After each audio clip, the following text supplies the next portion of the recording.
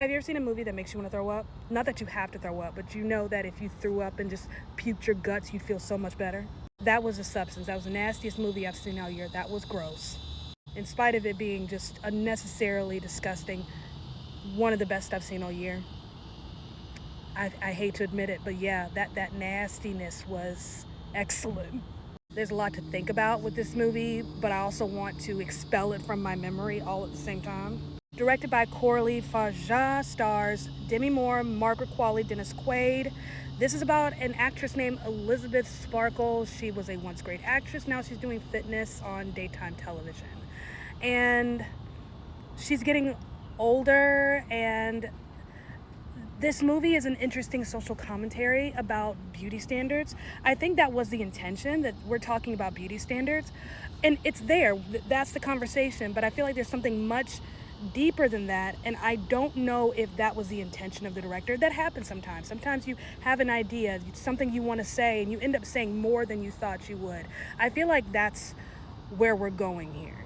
Because we're talking about societal expectations and what makes a woman beautiful, and not just how society values female beauty, but also how we as women, as we get older, the value that we place, because there's something about society that only sees value in women when they're between a certain age. And after you get a certain age, it's like you've outgrown your youthfulness. You had your time to be worthy of something, and now you're just taking up space.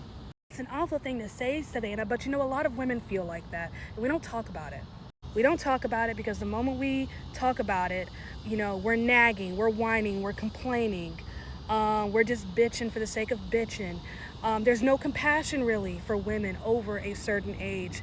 And I'm loving this thing in Hollywood where there seems to be this big conversation that they're wanting to have about women and the value that we carry, the beauty that we have, and how we're still worthy of love and purpose even when we've reached a certain age. That seems to be a conversation that's brewing in Hollywood. The network she's been working for some time is ready to turn her in like a used library book, and they want to, exchange her for a younger model. So she ends up stumbling across this thing called the substance. This substance allows her to activate a younger version of herself, so to speak, a better version. But it's interesting because it's like we have two very different individuals, but they're the same person, and that's a constant reminder, because she keeps saying she's doing this, she's doing that, and then they keep saying, remember, the two are one. There is no she, there is no her, there is no them. It's me, it's us. And that was interesting, seeing her literally battle with herself.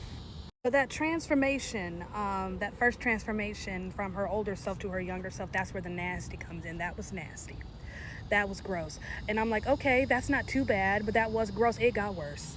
It got worse. This is body horror. Not like horror with elements of body horror. No, this is the subgenre of body horror. This is the stuff like French expressionism is made of. This is the kind of stuff they made us watch in film class. And then said, what do you think the director is trying to say? The director's nasty. Like, how many times can you split the damn eyeball? Like, if you know, you know. This was beautifully shot, nastiness included.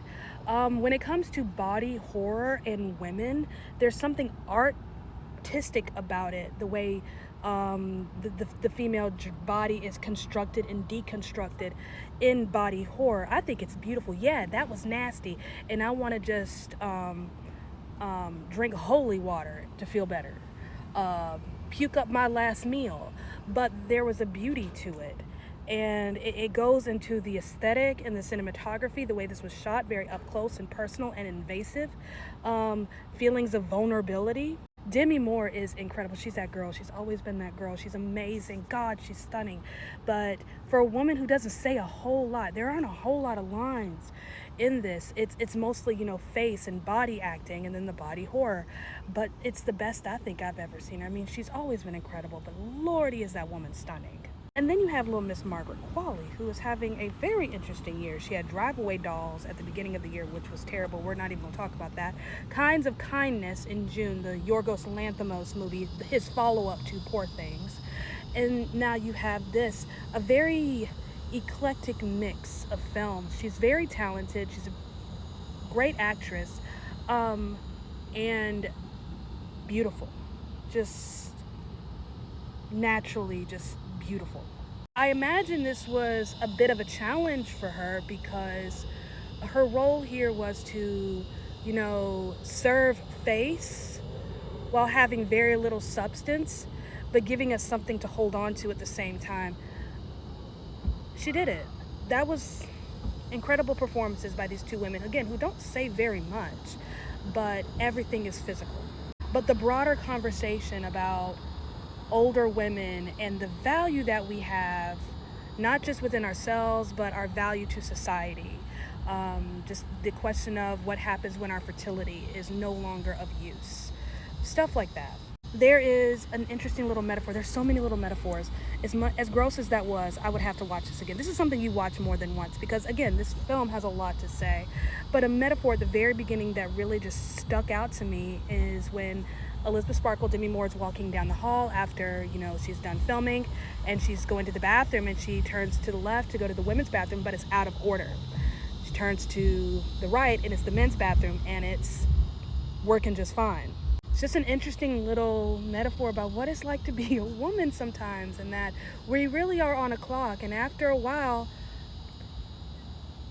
we're out of order, but men can keep on going. But we don't talk about that. We need to talk about it more, and I love that Hollywood is indirectly pushing this conversation because we should talk about it more, but frankly, nobody wants to listen. That was intelligent, though. Nasty, but intelligent. That final scene, though, we didn't have to do all that. I got the point. She really said, Carrie at the prom, eat your heart out. Female directors are a different breed, especially when it comes to horror movies, even within these little niche subgenres. This goes without saying, but apparently it needs to be said because some of y'all just don't listen. This is not for children. Do not bring your child. We're talking about the changes and the transformation of the female body.